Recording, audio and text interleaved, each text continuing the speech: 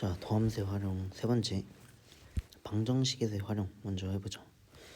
도함수를 방정식에서의 활용을 한다 하면 그게 뭐야? 우리 도함수를 통해서 도함수가 뭐라고 있어? 어떤 함수 fx에 대해서 유도된 함수잖아. 이 도함수를 통해서 우리가 이 함수 fx를 우리가 개형이나 정확한 개형이나 어떻게 생겼는지 정확하게 추론할 수가 있고 우리가 그려낼 수가 있다는 거지. 따라서 이거랑 밀접하게 관련되는 게 방정식의 실근과 밀접하게 관련되는 게 이게 뭐야? 어떤 두 직선, 어떤 한 그래프와 어떤 한 직선 사이에 대해서의 교점의 개수가 걸리면 방정식의 시근의 개수와 관련이 돼 있는 거니까 그게 막 도함수를 제대로 알므로서 우리가 방정식에서도 좀 더 제대로 활용을 알 수가 있겠지. 미지수가 포함되어 있어도 그게 바로 도함수를 방정식에서 한다는 거고.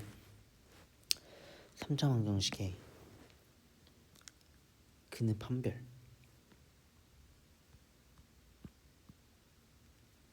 대해서 알아볼까. 그러니까 3차 방정식이 있을 때 어떤 한 3차 방정식이 있을 때 서로 다른 세 식을 가질 조건, 이중근과 한식근을 가질 조건, 한식과 두학을 가질 조건에 대해서 알아볼 건데,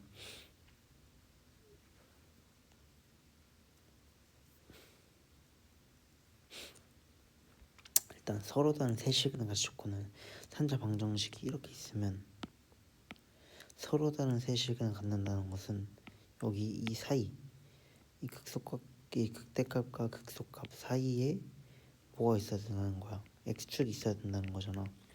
그러니까 이게 만약에 a라고 치고 이게 b라고 친다면 fa 곱하기 fb, 그러니까 극대값과 극소값의 곱이 뭐다?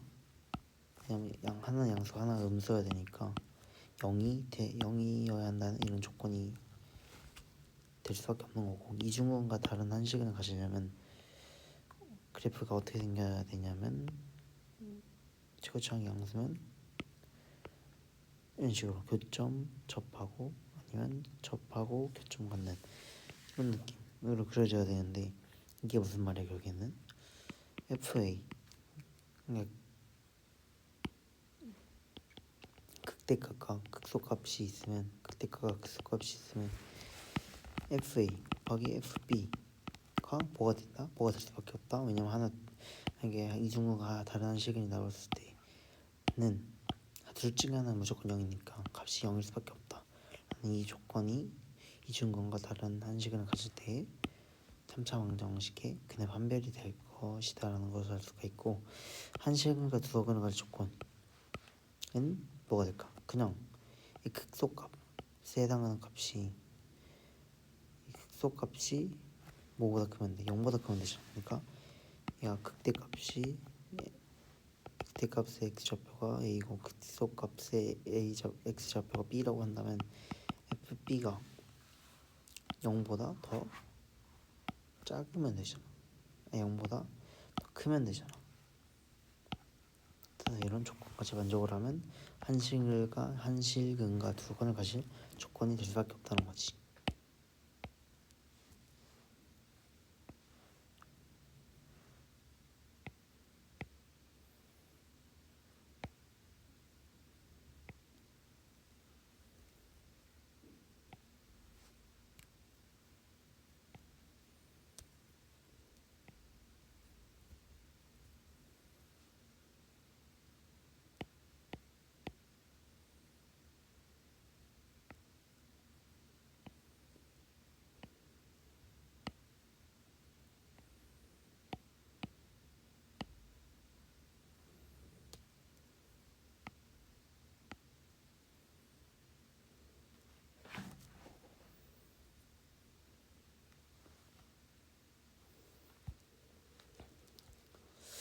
이게 아니고 뭐다?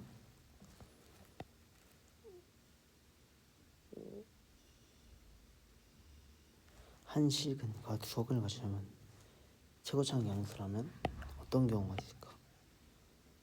이런 식으로 되거나 아니면 이런 식으로 되는 경우가 있겠지.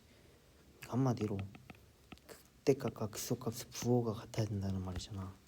그러니까 얘를 극대값 b, a, 극소값 b라고 한다면 FA의 FA와 FB의 곱이 뭐가 어떻게 된다는 거야. 같은 부호를 가져야 되니까 0보다 크다 일 수밖에 없는 거고, 이런 조건이 바로 한식과 두거나 가질 조건이 되겠지. 부등식의 활용에 대해서 알아보고, 이것도 그냥 방정식과 마찬가지로 그냥 도함수를 통해서 우리가 3차함수나 4차함수의 기형을 우리가 정확히 알 수가 있으니까 활용해서 부등식까지 우리가 잘 풀 수가 있다는 말인 거지. 함수 fx에 대해서 이 구간에서 부등식계가 성립을 한대. 이 말은 결국에 뭐다?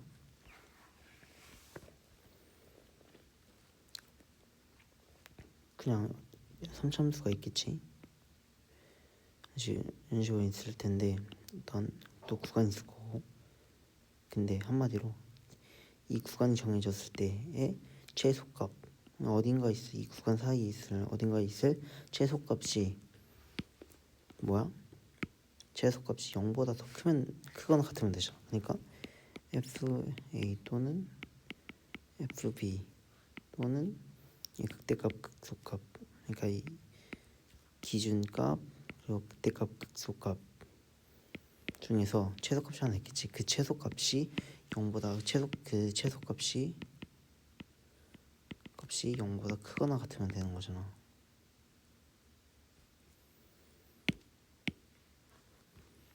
그래서 이런 식으로 해석을 할 수가 있는 거고, 함수적으로 해석을 할 수가 있는 거고, 두 함수 fx, gx에 대하여 구간에서 이가 성립한다 함은 fx -gx를 hx라고 한다면 hx는 0보다 커야 된다는 거죠.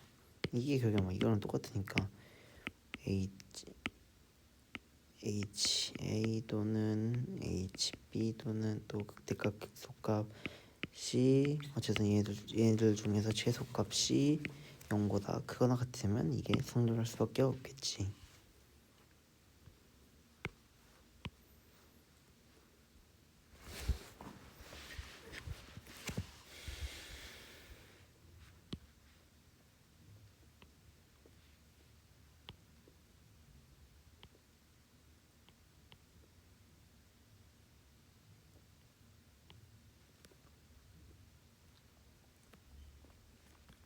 다음,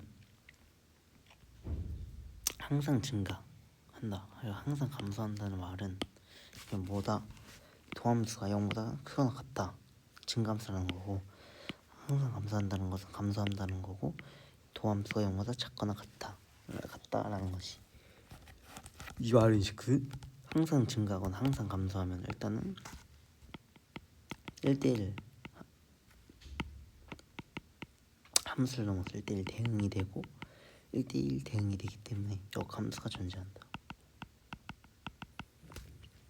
역함수 존재 이런 걸 알 수가 있고, 얘도 똑같이 1대1이 대응하니까 역함수가 존재할 거야. 그리고 어떤 함수가 증가함수인데 얘의 역함수는 감소함수냐 하면 그건 또 아니라는 거지. 둘 다 증가일 수도 있다는 거지. 이제 속도, 가속도, 위치, 속도, 가속도에 대해서 알아볼 건데, 여기 뭘 썼지?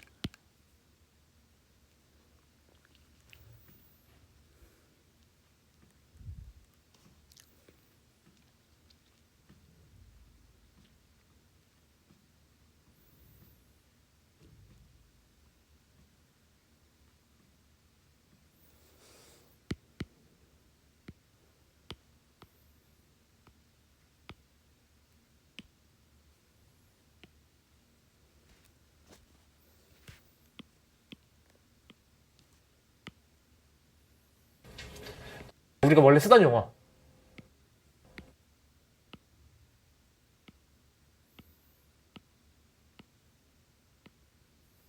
수직선이구나. 그러니까 수직선 위에 어떤 점이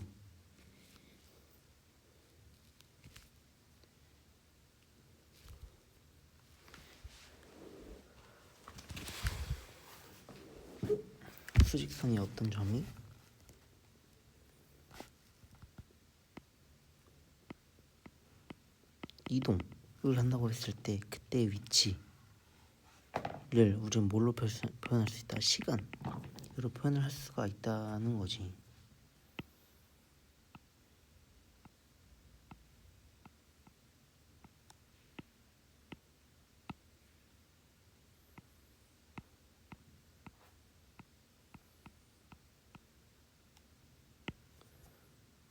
맞지? 따라서 위치라는 것은 뭐야? 시간에 대한 함수로 우리가 나타낼 수가 있는 거지. 어떤 점이 이동한다고 했을 때 그때 위치를 우리가 시간을 표현할 수 있는데, 이게 여기 무슨 말이냐면 위치는 시간에 대한 함수로 우리가 이 시간을 통해서 위치를 표현을 할 수가 있다는 거지.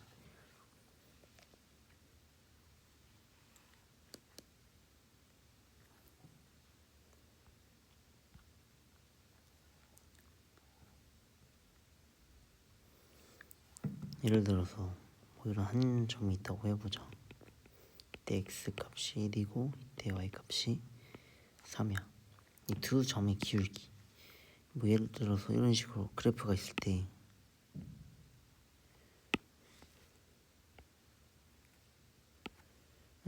그래프가 이런 식으로 있다고 해보자. 이런 식으로 있을 때 이 두 점의 기울기는 뭘 뜻하냐면 뭘 뜻할까 생각을 해본다면 평균 변화율이 되겠지. 평균 변화율.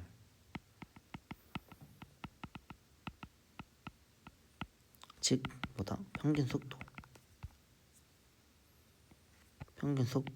속도가 바로 이 두 점의 기울기가 되겠지. 이 x축에 t가 오고 y축에 x 좌표가 오고, 이 두 점의 기울기를 통해서 그러면 뭐야? 여기 하나에 있는 기울기는 뭘 의미할까를 생각을 해보면 두 점 사이의 기울기가 평균 속도, 그러니까 얼마만큼 변했냐, 위치가 시간에 비해서 평균 속도인데, 그 어떤 한 점에서의 기울기는 건 뭘 뜻하냐면 뭘 뜻한다는 것을 알 수가 있다.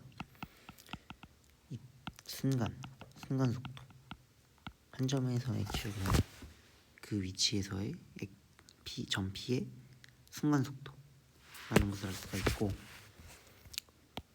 얘를 미분하면 다 기울기에 대한 값이 나올 거니까 당연히 시간에 대한 속도를 시간으로 표현한 그런 그래프가 나오겠지. 이 위치, 시간에 대한 위치의 함수에서 미분을 한다면, 그리고 그 미분을 하면 또 속도가 뭐에 대한 시간에 대한 함수의 느낌으로 바뀐다는 거지. 따라 속도가 이런 식으로 있다고 해보자. 이게 무슨 말일지, 그냥 이 말도 결국에 뭐야? 시간에 따라서 점피 위치가 점점 증가하다가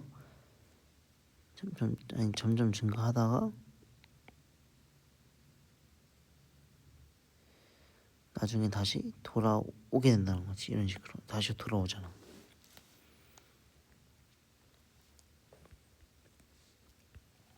그래서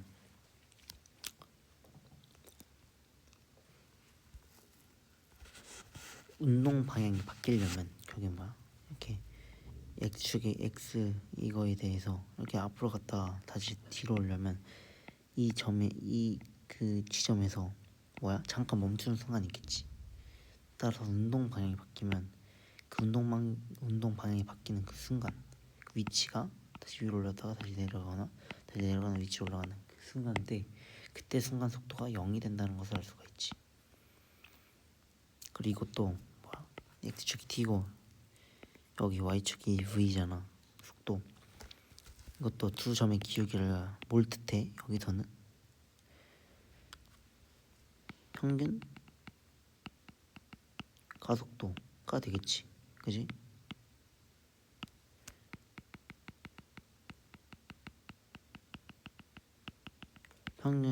평균 가속도가 될 거야. 얘가 그러니까 속도가 얼마만큼 변했냐. 결국엔 가속도라는 것은 어떻게 정의되냐면 속도의 변화인 거죠. 근데 이 속도의 변화, 평균적인 속도의 변화가 평균 가속도잖아. 그게 이 두 점의 기울기인데 한 점의 기울기라면 그럼 이 속도 그래프에서 한 점의 기울기는 뭘 뜻하냐를 생각해 보면 순간 가속도라는 것을 알 수가 있지.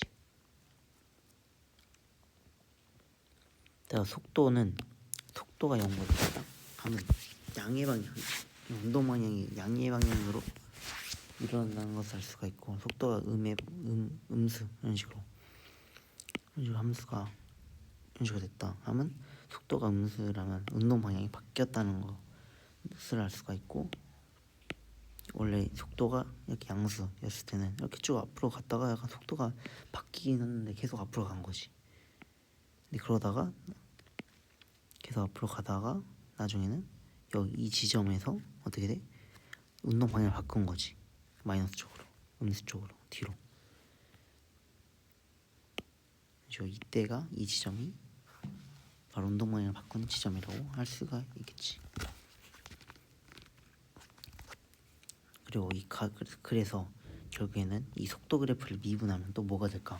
가속도의 그래프가 된다는 거지. 왜냐하면 이 속도 그래프에서의 한 점에 대한 기울기, 접선의 기울기는 우리가 순간 가속도라는 것을 알았으니까 이 속도 그래프를 미분하면 가속도에 대한 함수가 나올 거고, 가속도는 시간에 대한 함수가 또 나올 거야. 가속도에 대해서. 따라서 정리를 해보자면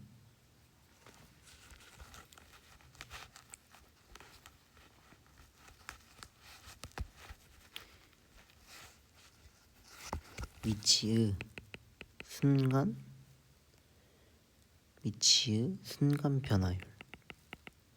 변화율이 속도가 되는 거고, 속도의 순간 변화율이 가속도가 된다는 것을 알 수가 있다. 그리고 두 점의 점 사이에서 평균적인 그런 평균 변화율을 구하라고 한다면 그게 평균 속도가 될 거고, 속도의 평균 변화율을 두 점 사이에 평균 변화율을 구하라. 그러니까 두 직선의 기울기를 구하라 하면 평균 가속도가 되겠지. 근데 이 한 점에서의 기울기는 순간 변화율이 되고, 그게 바로 속도고, 속도 그래프에서의 한 점의 기울기는 속도의 순간 변화율이니까 가속도가 된다는 것을 알 수가 있지. 그래서 여기까지가 덤스 활용 3였다는 것을 알 수가 있지.